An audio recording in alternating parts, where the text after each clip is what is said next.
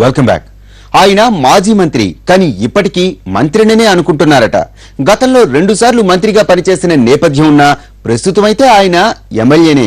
అపార అనుభవం ఉన్న తనను పార్టీ సరిగ్గా ఉపయోగించుకోవట్లేదన్న ఆందోళనతో ఉన్నారట పితాని. అందుకే మళ్లీ కేబినెట్ లో చోటు కోసం సీరియస్ గా ప్రయత్నాలు మొదలుపెట్టారట.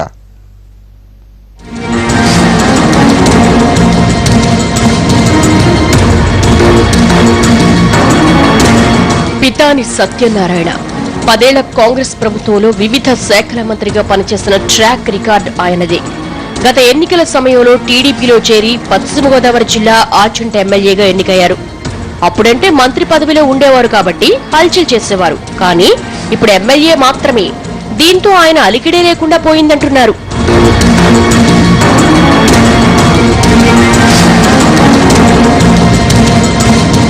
చేతిలో పదవి లేకపోయినా ఇప్పటికీ తాను మంత్రినే అన్నట్లుగా ఆయన వ్యవహార శైలి ఉంటోందని చర్చించేసుకుంటున్నారు.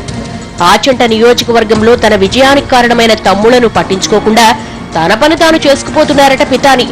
పాత అనుచరులకే పితాని ప్రాధాన్యం ఇవ్వడాన్ని సహించలేకపోతున్నారట టీడీపీ నాయకులు. తాము కష్టపడి గెలిపించినా అస్సలు తమను పట్టించుకోవట్లేదని ఆవేదన చెందుతున్నారు. కాంగ్రెస్ ప్రభుత్వంలో కీలకంగా పనిచేసిన తనను టీడీపీ పెద్దగా ఉపయోగించుకోలేకపోతుందని లోలోనే మదనపడుతున్నారట పితాని. పార్టీ కార్యక్రమాలకు కూడా పితాని పెద్దగా హాజరు కాకపోవడం జిల్లాలో చర్చనీయాంశమైంది. ఆయన టీడీపీలో ఉన్న కాంగ్రెస్ పార్టీ పోకడలు పోలేదని తమ్ముడు చెవులు కోరుకుంటున్నారు. ప్రస్తుతం నియోజకవర్గంలో అంతంత మాత్రంగా పర్యటిస్తున్న పితాని అభివృద్ధి కార్యక్రమాలపై పెద్దగా దృష్టి పెట్టడం లేదని అంటున్నారు.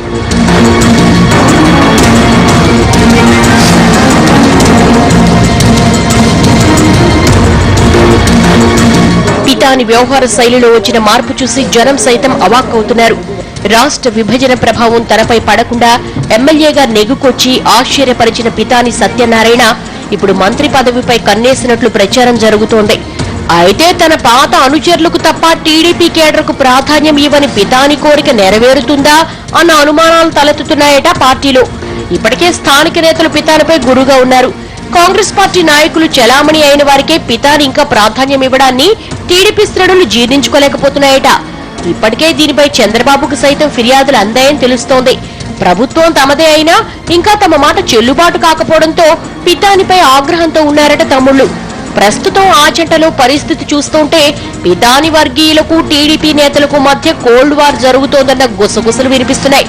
ముందు ఆధిపత్య పోరు చల్లారితే తప్ప పితానికి కేబినెట్ తలుపులు తెరుచుకునే అవకాశం లేదు అన్న ప్రచారం జరుగుతోంది.